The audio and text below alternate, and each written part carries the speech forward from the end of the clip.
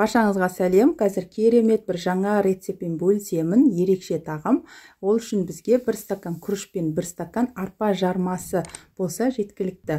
Үйдегі бар заттардан тағам дайындаймыз. Кез келген еттің түрі бола береді. Тауық еті болсын, кез келген. Сосын 1 пияз, 1 сәбіз, азғантай сары май, 2 ас қасықтай пісте май, сосын перловка мен күріш қажет. Бірінші кезекте күрішті жақсылап жуып, перловканы суға жібітіп қоямыз. Күрішті суға жібітудің қажеті жоқ, тек қана перловканы ғана суға жібітіп қойыңыздар. Етті жақсылап жуып тазалап алған соң, жіңішке жалпақ етіп турап аламыз.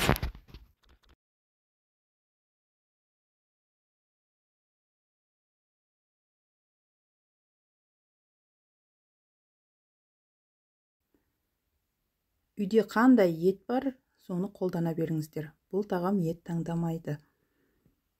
Міне, осылай турап алған соң барлығын жайып, тұздап шығамыз.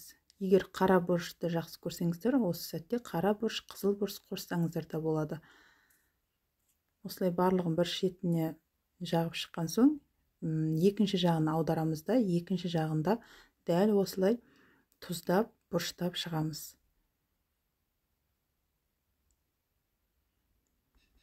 Тұз алған еттеріміз бір шетке алып қоямыз, тұзы сіңіп, әдемі болып тұрады. Оған дейін біз пияздарды майдалап турап аламыз. Яғни самсаға тураған секілді етіп, майда етіп тураңыздар. Достар, алдағы уақытта ерекше рецепттерді, тағамдарды және де пайдалы кеңес, лайфхактарды өткізіп алмау үшін менің каналыма тіркеліп қоңыраушаны басып қойыңыздар. Сол кезде бірінші болып сіздер көретін боласыздар. Міне пиязды осылай турап алдық та, енді сәбізді үкіштен өткізіп аламыз. Сосын қызып тұрған табамызға бағанағы сармайды саламыз. Кез келген сармай бола береді. Егер сармай болмаса, пісте май қолдансаңыздар да болады. Пиязды салып, кішкене бір 2-3 минут қуырып аламыз.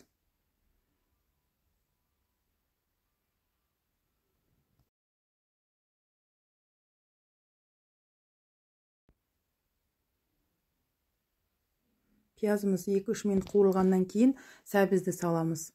Сәбізді салған сәтте бір көз мөлшермен жобалап тұз қосы жеріңіздер. Сосын томат саламыз.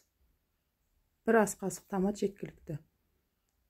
Жақсылап араластырып 2-3 минут қуырып, астын өшіріп алып қоямыз да, келесі табаға бағанағы 2-3 ас қасықтағы пісте майды салып, майды кішкене қыздырып алған соң еттерімізді салып, екі жағын кішкене бір 1 минут, 2 минуттан ұстап шығарып аламыз. Қатты қуырып, қызартып қуырудың қажеті жоқ.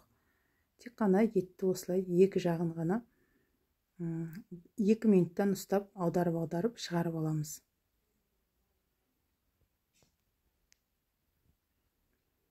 Мінекей 2 минуттан ұстадым. Енді осыларды тарелкамызға шығарып аламыз.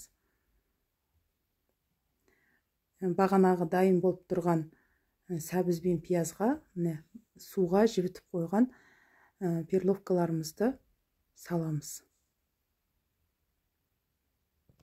Ең алдымен бірінші бағана күрішті жақсылап жуып, перловкамызды, арпа жармамызды, яғни жуып, тазалап, суға жібітіп қойдық, я.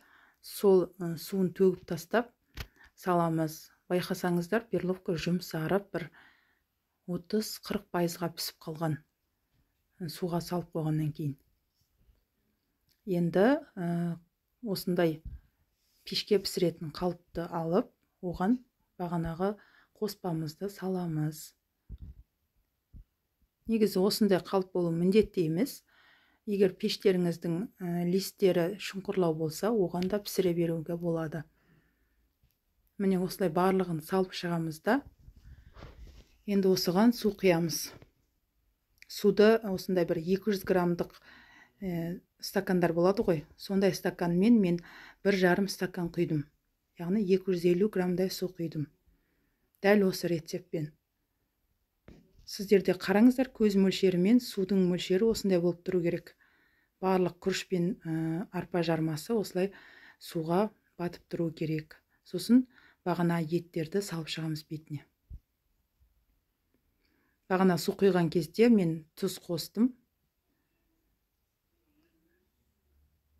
Аздап көз мөлшерімен тұз қосып жібереміз да, еттерді осылай орналастырып шыққан соң фольга қағазымен бетін жабамыз.